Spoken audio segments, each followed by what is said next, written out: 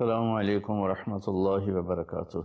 الحمد للہ وکفی وسلام علی عبادہ الذین اصطفی، اما بعد۔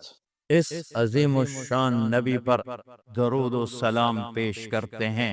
یا ایہا الذین آمنو، اے ایمان والو، صلو علیہ وسلموا تسلیما، تم بھی شروع ہو جاؤ اس محبوب نبی پر سلام بھی بھیجو، صلات بھی بھیجو۔ کسی امت کو حکم نہیں دیا کہ اپنے نبی پہ درود بھیجو۔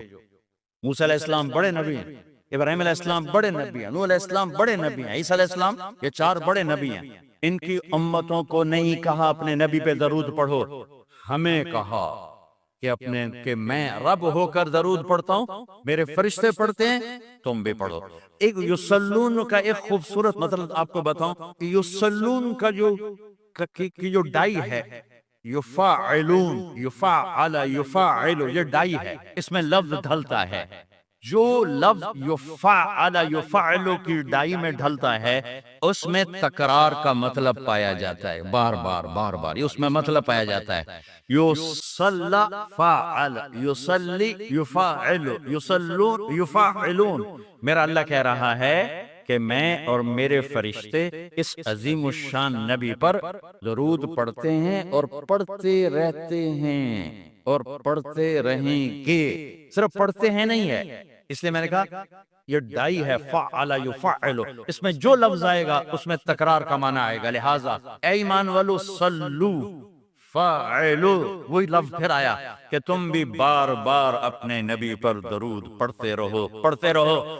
ایک دور آئے گا ہم ایمان والے مر جائیں گے اور صرف دنیا کافروں سے بھر جائے گی، پھر اللہ اور اللہ کے فرشتے یصلون کے لفظ کا تقاضا ہے، وہ پڑھ رہے ہوں گے، پڑھ رہے ہوں گے، پڑھ رہے ہوں گے۔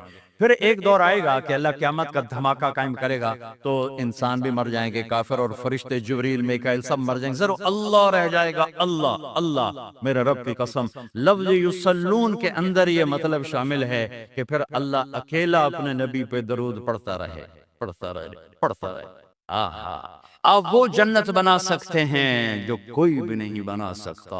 میں نے شروع میں جو بات شروع کی تھی کہ ایک وی آئی پی جنت فردوس، اس میں ایک وی آئی پی جنت ہے، وی آئی پی میں وی آئی پی جنت ہے۔ اس وی آئی پی جنت کی بتانے لگا تھا کہ اللہ کیسے دیدار کرائے گا، کیسے کلام سنائے گا۔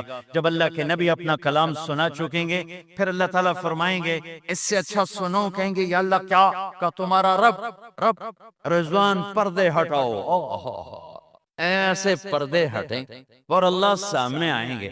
اب اللہ قرآن پڑھیں گے، قرآن اپنا قرآن پڑھیں گے۔ اچھا، پہلے جو آواز چل رہی تھی جنت کی لڑکیاں، داؤد علیہ السلام، محمد مصطفیٰ صلی اللہ تعالی علیہ وسلم، تو 7 جنت کا ساز چل رہا تھا، ساز۔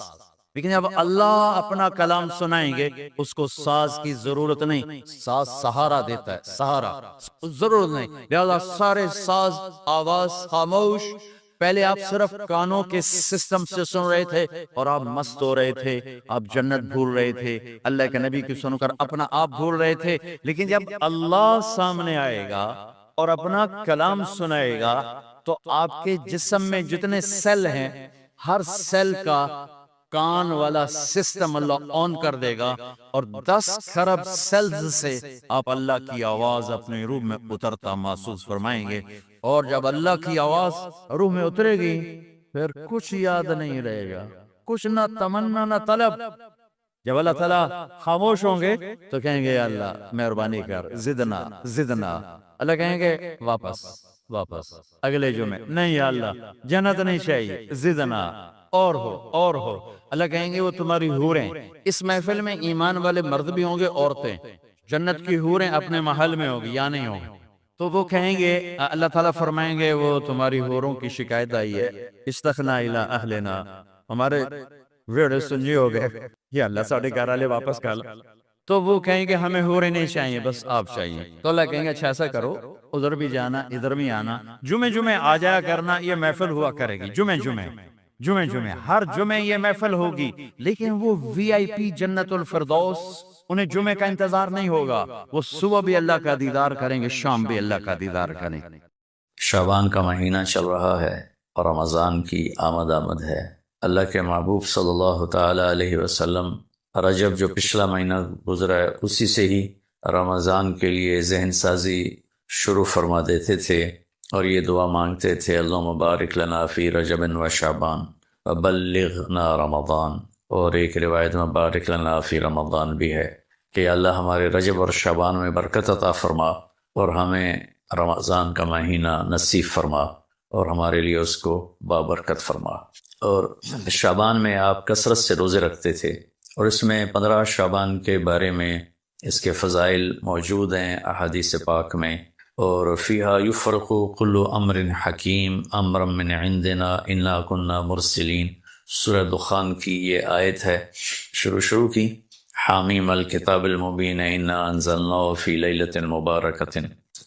تو بعض مفسرین اس سے 15 شعبان لیتے ہیں اور کچھ لیلۃ القدر لیتے ہیں۔ تو 15 شعبان کے روزے کا اہتمام یہ ہر دور میں اللہ کے نیک بندے اس کا اہتمام فرماتے رہے، اور حدیث پاک میں بھی اس کی فضیلت آتی ہے۔ اس رات پورے سال کا اعلان فرماتا ہے کہ فرشتوں کی طرف سے فرشتے پورا سنا دیتے ہیں کہ اس سال میں کیا ہوگا۔ عمومی بات حدیث سناتا ہوں جس میں 15 شعبان بھی الگ، لیلۃ القدر بھی، جمعے کی رات بھی، فطر کی رات بھی، یہ الگ، وہ ایک الگ حدیث سناتا۔ یہ آیت اتری من جاء بالحسنۃ فلہ عشر امثالھا، کہ میرے محبوب اپنی امت کو سنائیں ایک نیکی کرو گے تو 10 دوں گا۔ اچھا، یہ ہے انٹرنیشنل لا، آدم علیہ السلام سے عیسیٰ علیہ السلام اور میرے نبی تک یہ ایک ہی قانون ہے، وہ ایک کے سنن، ایک پہ 10، اب سب نے سنن کہ ایک کرو تو 10، تو یہ قرآن میں بھی آتا ہے، حدیث میں بھی آتا ہے۔ تو اب آیت اتری من جاء بالحسنۃ فلہ عشر امثالھا، ایک پہ 10 گنا۔ تو میرے نبی کہتے ہیں اللہ بہت ہے، آپ نے کہا نہیں یا اللہ تھوڑا ہے، زیادہ فرما، رب زد امتی۔ تو میرے اللہ نے دوسری آیت اتاری، من ذا الذی یقرض اللہ قرضا حسنا فیضاعف له اضعافا کثیرا، کون ہے مجھے قرضہ دے میں کئی گنا کر کے واپس کروں؟ ٹھیک ہے میرے محبوب، نہیں یا اللہ زد امتی، تھوڑا اور زیادہ فرما۔ اللہ نے کہا اچھا چل، مثل الذین ينفقون اموالهم فی سبیل اللہ کمثل حبۃ انبتت 7 سنابل فی کل سنبلۃ 100 حبۃ واللہ یضاعف لمن یشاء واللہ واسع علیم۔ اچھا میرے محبوب، آپ کی امت کی ایک پر 700، تو آپ کہتے واہ واہ واہ واہ، تگلی بن گئی، ایک پہ 700۔ کوئی ہے کائنات میں ایسا کاروبار کہ روپے کی چیز پر آپ 700 روپیہ نفع لے سکو؟ ہے کوئی دنیا میں ایسا کام؟ پوری کائنات میں ایسا کام کوئی نہیں۔ میں قربان جاؤں، رحمت للعالمین نے پھر کہا یا اللہ تھوڑا ہے، ذرا اور زیادہ فرما۔ تو خصوصی پیکج پر یہ سارا سنا رہا۔ تو میرے اللہ نے کہا اچھا میرے حبیب چل ہوں آپ ضرب چھڑیے، تقسیم چھڑیے، جمع چھڑیے، تو پھر 100 200 300 400 500 600 700 نہیں، چھوڑ دو، انما یوفی الصابرون اجرہم بغیر حساب۔ ہاں اتنی میری شرط ہے، جو آپ کی امت میں صبر والے ہوں گے ان کو بے حساب دوں۔ کھلا چیک، جو مرضی لکھنا ہے لکھ دو، 700 لکھو، 700 کروڑ لکھو، 700 کھرب لکھو، جو لکھو، اللہ تعالیٰ کہہ رہا ہے کھلا چیک۔ یہ اس امت کا معاملہ ہے اللہ کے ساتھ، اور اللہ کا معاملہ ہے اس امت کے ساتھ۔ اس خصوصی پیکج میں 15 شعبان ہے، 15 شعبان کی رات، لیلۃ القدر، شب قدر، قدر کی رات، عید الفطر کی رات، عید قربانی کی رات، جمعہ کی رات، یہ وہ راتیں ہیں جو پہلی امتوں کو اللہ نے نہیں عطا فرمائیں۔ ہر رات ایک جیسی تھی۔ بنی اسرائیل کے آپ نے 4 آدمیوں کا ذکر کیا کہ 80 سال انہوں نے جہاد کیا، تو صحابہ کہنے لگے یا رسول اللہ ساڑھی تا 80 سال تک عمر ہی نہیں جانتی، پہلے ٹوٹر جانے ہیں۔ تو اللہ تعالیٰ نے کہا چل میرے محبوب، آپ کے لیے خصوصی پیکج، انا انزلناہ فی لیلۃ القدر، لیلۃ القدر خیر من 1000 شہر، کہ ہم نے آپ کو ایک رات دے دی، آپ کی امت جاگ لے، یاد کر لے مجھے، 1000 مہینے سے بہتر۔ کتنا بہتر؟ ہر ایک کی بندگی کے مطابق بہتر۔ اسی میں سے لیلۃ نصف شعبان، 15 شعبان بھی ہے، اور اس رات کو میرے نبی کی صبح کو روزہ رکھتے تھے، اور اس روزے کی فضیلت یہ ارشاد فرمائی کہ 15 شعبان کا روزہ پچھلی 15 سے اس 15 کے درمیان جتنے گناہ ہوتے ہیں سب کی معافی کروا دیتے۔ ایک دن کا روزہ سارے پورے سال کے گناہ معاف فرما دیتے۔ دوسرا 15 شعبان میں اللہ کے ہاں تو سب کچھ موجود ہے، لکھا ہوا ہے، لیکن جیسے گورنمنٹ بجٹ پیش کرتی نا پورے سال میں، یہ ہوگا یہ ہوگا یہ ہوگا یہ ہوگا، چیزوں کے ریٹ اور باقی ساری چیزوں کا اعلان ہوتا ہے، اسی طرح میرا اللہ اس رات پورے سال کا اعلان فرماتا ہے کہ فرشتوں کی طرف سے فرشتے پورا سنا دیتے ہیں کہ اس سال میں کیا ہوگا، کہاں بارش ہوگی کہاں نہیں ہوگی، کہاں امن ہے کہاں جنگ ہے، کہاں بیماری ہے کہاں صحت، کون کیسا وقت گزارے گا، کب مرے گا۔ کتنے لوگ ہیں جن کے نام اعلان کر دیے جاتے ہیں کہ یہ اس سال مر جائیں گے، اوپر ان کے نام کا پتہ اس پر نشان لگ جاتا ہے کہ یہ مردوں کی صف میں ہے۔ وہ نیچے ہیرا پھیری کر رہا ہے، نیچے وہ چوری کر رہا ہے، ڈاکے مار رہا ہے، رشوت لے رہا ہے اور کیا کچھ کر رہا ہے، اوپر اس کا نام مردوں میں ہے، اور فرشتے اس پہ مسکراتے ہیں کیسا بے وقوف ہے، اوپر مردوں میں لکھا جا چکا ہے، نیچے یہ بے ایمانی کر رہا ہے، بدماشی کر رہا ہے۔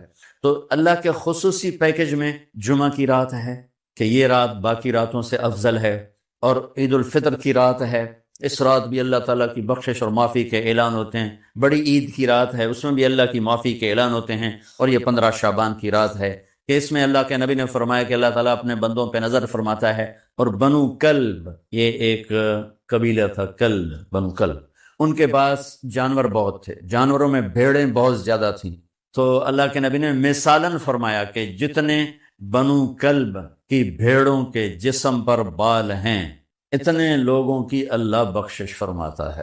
ان بھیڑاں دے وال کون گنے، ایک دے گنن بہ جاؤ تو پورا مہینہ لگ جاوے، تو ان کی لاکھوں بھیڑیں اور ہر بھیڑ کے جسم پر کروڑوں بال۔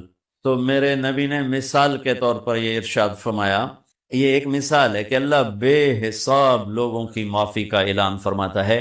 تو آپ فرماتے تھے کہ میں روزہ رکھتا ہوں اس لیے کہ جب میری موت کا اوپر اعلان ہو رہا ہو تو میں روزے کے ساتھ، میں جب میرا نام زندوں سے کٹ کے اور آگے جانے والوں میں لکھ دیا جائے تو پھر میں روزے کی حالت میں ہوں۔ تو اس کہ دن کا روزہ اور رات کی بندگی، رات کی بندگی کوئی مخصوص نہیں، ہمارے ہاں بہت سارے عجیب و غریب کام شروع ہو رہے ہیں، اور 15 شعبان ہو، لیلۃ الشب قدر ہو، شب جمعہ ہو، یا جتنی بھی یہ عبادات کی رات ہیں، اس میں کوئی اجتماعی عبادت نہیں ہے، اس میں فرد کی انفرادی عبادت ہے، اور گھر میں ہے، مسجد میں نہیں، گھر میں۔ اپنے گھروں کو مسجد بناؤ۔ میرے نبی کبھی بھی سنتیں مسجد میں نہیں پڑھتے تھے، اب حیران ہوں گے کہ میرے نبی نے کبھی زندگی اشراق پڑھے مسجد میں 2 نفل آپ نے پڑھے اشراق، اس کے علاوہ آپ سنتیں گھر سے پڑھ کے آتے تھے اور نوافل گھر جا کے پڑھتے تھے۔ تو یہ نفلی بندگی کی رات ہے بھائیو۔ تو اس رات میں انفرادی عبادت ہے، کوئی اجتماعی نہیں، آؤ بھائی صلاۃ تسبیح پڑھیں اور آپ اکٹھے بیٹھ کے ذکر کریں، اکیلا۔ اور پھر اس میں بہترین بندگی ہے توبہ کرنا اور دعا کرنا، بہترین بندگی، کیونکہ اس رات میں اللہ تعالیٰ اپنے بندوں پہ نظر ڈالتا ہے اور سب اہل ایمان کی بخشش کرتا ہے۔ اللہ کی بارگاہ میں کچھ گناہ کی کوئی حیثیت نہیں، توبہ کر لے، شرک بھی ہے ہزاروں سال کا، توبہ کر لے یوں معاف، یوں معاف، 1 سیکنڈ میں معاف۔ توبہ نہ کرے تو پھر کام خطرناک، توبہ کر لے تو شرک بھی معاف ہے۔ تو اس رات کی برکتوں میں، رحمتوں میں ہم توبہ کریں اپنے گناہوں پر، ہم نیکیاں بھی گناہ ہیں ہمارے۔ اور میں پھر سنا رہا ہوں، اس رات میں بخشش نہیں ہوتی شراب پینے والا، ماں باپ کا نافرمان، رشتہ داروں سے لڑنے والا، دل میں نفرت کینہ پالنے والا، تکبر کرنے والا، زنا کرنے والا، شرک کرنے والا، والا والی دونوں، مرد عورت دونوں کے لیے چل رہا ہے۔ لیکن اگر کوئی بھی توبہ کر لے گا لوجد اللہ تواب الرحیم، سب معاف ہوں۔ چلو بھائی دعا مانگ دیا، اور مسلم کی بجائے کسی پر دیوبندی کا لیبل، کسی پر بریلوی کا لیبل، کسی پر شیعہ کا لیبل، کسی پر اہل حدیث کا لیبل، لکھاں لیبل بنا کے انہوں نے ہمیں ٹوٹے ٹوٹے کر دیا۔ دیکھو میں ہاتھ جوڑتا ہوں، شعبان کا مبارک مہینہ ہے، میرے نبی پاک صلی اللہ تعالی علیہ وسلم جب رجب کا پچھلا مہینہ جو گزر گیا نا، یہ جب آتا تھا تو آپ کہتے تھے اللہم بارک لنا فی رجب و شعبان، یا اللہ ہمارے رجب اور شعبان میں برکت دے، وبلغنا رمضان، اور یا اللہ آگے رمضان آ رہا ہے، یا اللہ ہمیں اس تک پہنچا دے۔ اور آپ شعبان میں سب سے زیادہ روزے رکھتے تھے، کبھی کبھی پورا مہینہ شعبان کے روزے آپ رکھتے تھے۔ اور 15 شعبان جو بہت مبارک رات ہے، اس میں آپ نے فرمایا اس کا قیام، رات کی تہجد اور دن کا روزہ، یہ اللہ تعالیٰ کی بارگاہ میں بہت محبوب ہے۔ تو ہم مسلمان کے لیبل کو ہٹا کر، آپ دیکھو مسجدوں پہ لکھا ہوتا ہے بریلوی مسجد، دیوبندی مسجد، اہل حدیث مسجد، مسجد تو اللہ کی ہے۔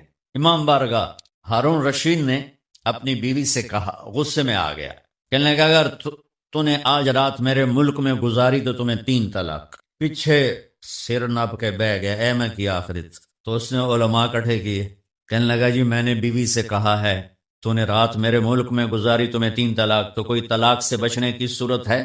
تو علماء نے کہا ایک ہی صورت ہے کہ تمہارے ملک سے رات باہر گزارو۔ ملک اس کا فیصلہ آباد تک تھا اور ادھر کاشغر تک تھا اور دنیا میں پھیلی ہوئی حکومت تھی، تو گھوڑے پہ تو یہ فاصلہ طے نہیں ہو سکتا، لہٰذا انہوں نے کہا یہ رات آئے گی طلاق ہو جائے گی۔ وہ کہنے لگا ابو حنیفہ جو جن کی ہم پیروی کرتے ہیں، امام ابو حنیفہ، ان کے فتوے پہ عمل کرتے ہیں۔ کہا ان کے شاگردوں میں کوئی ہے؟ ان کا ایک شاگرد ہے۔ اس وقت امام ابو یوسف بڑے غریب فقیر دھوبی کے بیٹے تھے۔ ان کا ایک ہے ابو یعقوب، ابو یوسف یعقوب ان کا نام تھا۔ کہا اسے بلاؤ، وہ آ گئے۔ انہوں نے ان سے پوچھا، ہارون رشید نے، اچھا اس سے پہلے ایک واقعہ ہوا، ناجائز تجاوزات آج سے نہیں ہیں، بہت پرانے زمانے سے۔ ایک یہودی اس محلے میں رہتا تھا، بڑا سیٹھ، تو اس نے اپنے گھر کی دیوار توڑ کے گلی بیچ میں لے لی، گلی کو تنگ کر دیا، چھوڑی سی پہ تنگ کر۔ امام ابو یوسف نے اس سے کہا بھائی غریب لوگوں کا راہ نہ روک، ہمارے لیے گزرنے کا راستہ تو کھلا رکھ۔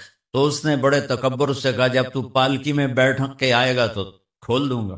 میں غریب بندے نے روٹی نہیں لبدی پالکی۔ پالکی اس زمانے کی معزز سواری تھی جو غلام اٹھاتے تھے، نوکر، اور اس میں وہ خواتین یا مرد نوابان جو ہوتے تھے وہ بیٹھ کے ایک محلے سے دوسرے محلے جاتے تھے، کیونکہ اندر تو کوئی گھوڑے یا سواریاں تو چلتی نہیں تھیں۔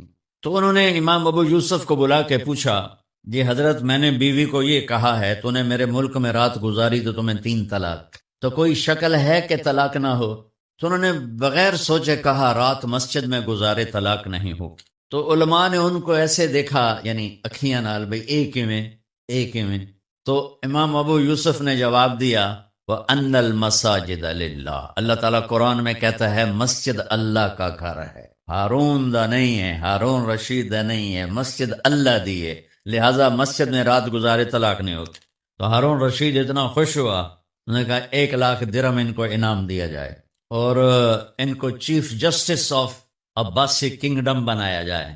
اور جب وہ جانے لگے تو کہنے لگے ٹھہرو پالکی لاؤ بھائی، پالکی ہے کہ ان کو پالکی میں بٹھا کے گھر چھوڑا جائے۔ جب اپنی گلی کے کونے پر پہنچے تو کہنے لگے پالکی اتھے رکھ دو، نہ رکھتے تھے۔ کوئی یہودی نو سدو، کوئی یہودی 4 دن پہلے دی گل ہے، یہودی نے دیکھا شاہی غلام شاہی پالکی تو کمبل لگ گیا، کہنے لگا دیکھ بھائی میں پالکی میں آ گیا ہوں، اب تو ہمارا راستہ کھول دے۔ کہا حضور بالکل، تم نے دیوار توڑ کے پیچھے کر دیا۔ بھائی ہم مسلم ہیں، ہم مومن ہیں، ہاں اس امت میں عقائد کا بھی اختلاف ہے، اعمال کا بھی اختلاف ہے، لیکن اس کا مطلب یہ تو نہیں ہے کہ یہ بھی کافر وہ بھی کافر۔